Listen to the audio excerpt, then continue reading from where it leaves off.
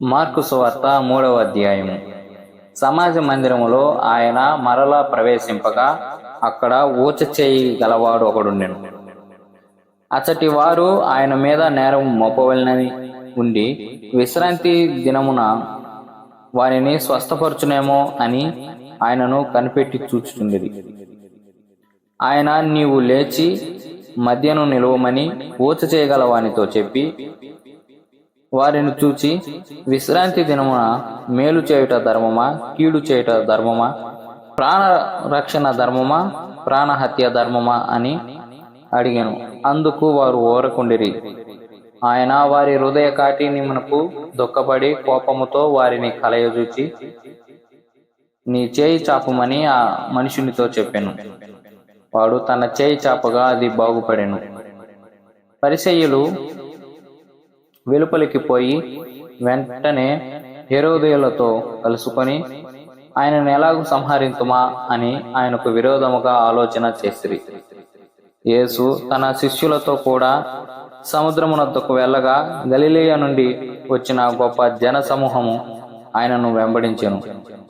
మరియు ఆయన ఇన్ని గొప్ప కార్యములు చేయుచున్నాడని విని జనులు యూదాయ నుండి, యెరూషలేము నుండి, ఇదూమాయ నుండి, యొర్దాను అవతల నుండి, తూరు సీదోను అనేది పట్టణ ప్రాంతముల నుండి ఆయన యొద్దకు గుంపులుగా వచ్చిరి.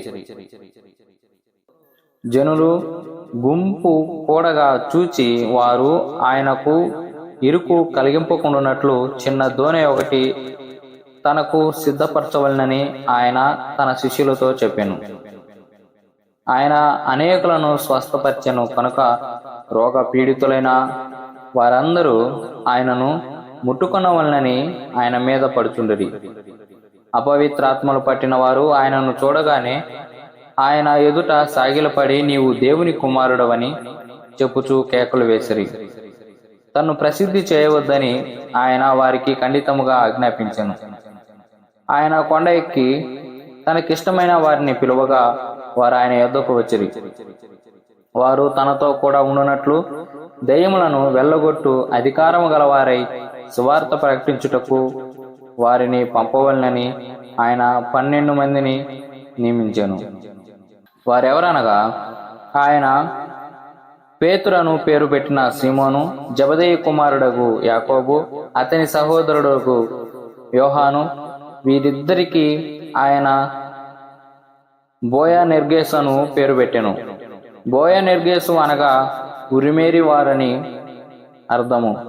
ఆంద్రేయ, ఫిలిప్పు, బర్తలోమాయి, మత్తయి, తోమా, అల్ఫయి కుమారుడగు యాకోబు, తద్దయి, కనానీయుడైన సీమోను, ఆయనను అప్పగించిన ఇస్కరేతు, యోదా అనువారు. ఆయన ఇంటిలోనికి వచ్చినప్పుడు జనులు మరలా గుంపు కూడి వచ్చిరి గనుక భోజనము చేయుటకైనను వారికి వీలు లేకపోయాను. ఆయన ఇంటి వారు సంగతి విని ఆయన మతి చెల్లించి ఉన్నదని చెప్పి ఆయనను పట్టుకొనబోయిరి. యెరూషలేము నుండి వచ్చిన శాస్త్రులు, ఇతడు బయల్జెబూలు పట్టినవాడై దయ్యముల అధిపతి చేత దయ్యములను వెళ్ళగొట్టుచున్నాడని చెప్పిరి. అప్పుడు ఆయన వారిని తన యొద్దకు పిలిచి ఉపమాన రీతిగా వారితో ఇట్లనెను. సాతాను ఎలాగూ వెళ్ళగొట్టును? ఒక రాజ్యము తనకు తానే విరోధముగా వేరుపడిన ఎడల ఆ రాజ్యము నిలవనేరదు. ఒక ఇల్లు తనకు తానే విరోధముగా వేరుపడిన ఎడల ఆ ఇల్లు నిలవనేరదు.